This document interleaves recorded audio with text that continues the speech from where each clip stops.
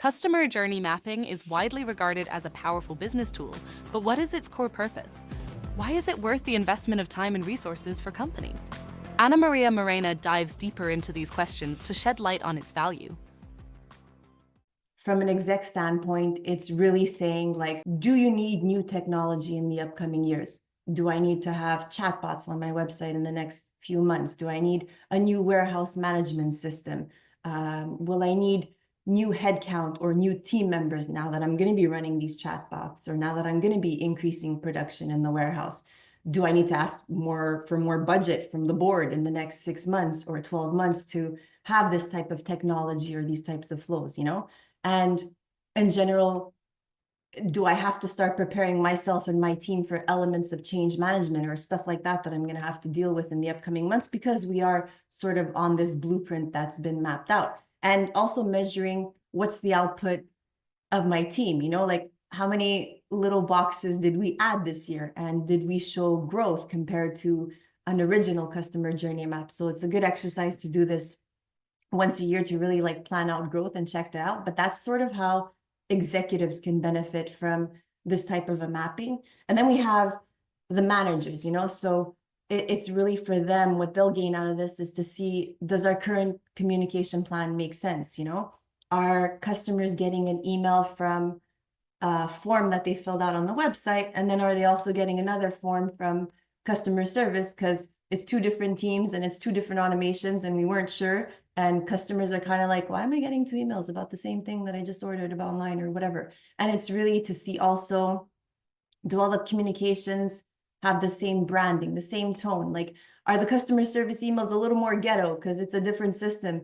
And I swear to God, I'm not picking on customer service. They're awesome people and we need them to survive in retail, but that's often the case. Those emails are just not as pretty. They're slightly more text-based, and there's often a disconnect from the beautiful, wonderful marketing emails that go out, And then also from a manager standpoint, it's also sort of, can we create new email campaigns that don't exist in the ecosystem today? Can we go grab incremental dollars by launching new journeys like re-engagement, to try to get those people that are lost, or actually finally get rid of them forever and have them stop lowering our KPIs in our database, or subscription loyalty-based journeys, or VIP journeys, and rewarding, the people of the customer, the highest customer lifetime value, and trying to get more money from them. Back in stock emails, browse abandonment emails, birthday emails, all these new journeys that maybe don't exist today, but that can really go grab incremental dollars that are not present. Also, is there a way to reduce spend on paid media by sending more emails organic, using your existing channels, as opposed to, retargeting better with paid, paying a little less and saving a bit of money there? Also, checkout pages, like looking at your checkout process. Sometimes there's a ridiculous amount of pages and instead you're deterring conversion. So it's really looking at that from an objective standpoint. I feel like in retail, we often lose sight of this. Like I said, the house is on fire, everything's on fire, and just trying to make it through the week. But it's often a rinse and repeat of the same tactics, the same promos year over year. It's the same sort of ideas and notions, and you lose sight of this bigger picture. It's not everybody who takes the time to do this type of a mapping to realize, oh, wow, like there's maybe an inefficiency or a gap there, And I feel like with retail today, it's over time, the small wins and the small optimizations that are going to get you the growth that you need.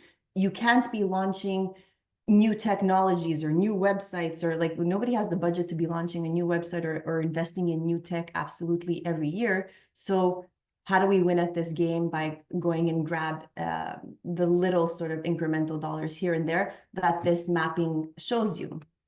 And then lastly, if we look at the actual coordinators, the coordinator level people, how can they benefit from this type of a mapping? And it's just better reporting in general, because they have access to all of the touch points. It's often data from other departments that's also missing, because everybody's in a silo and nobody really understands what the other teams are doing, which then can give you a better potential for creating new segments and exploiting them, and saying like, hey, there's like a little group of people here that I feel like we're not talking to them enough, or maybe we're talking to them too much. But it's really in this data and trying to figure out these segments that can benefit the coordinator level type people that we're seeing with a lot of our customers. And then once again, just like I said, having a better vision of the other departments that they work with and the impact that they have on each other, and the opportunities to better collaborate and merch working a bit more seamlessly with store ops and marketing. And sometimes it's kind of like, hey, I'm just doing my thing. We see this so often, like that. I'm not bringing up customer service again, but like there's some marketing teams that are like, I didn't know customer service sent out that email. Like, we're sending out an email that's really similar. How come you guys are doing it? And they're like, well, I didn't know you were sending out this thing. And once again, who suffers is the customer experience, the customer sort of value that's around that. And the whole goal of this is to mitigate that as much as possible, but also go grab as much money as possible.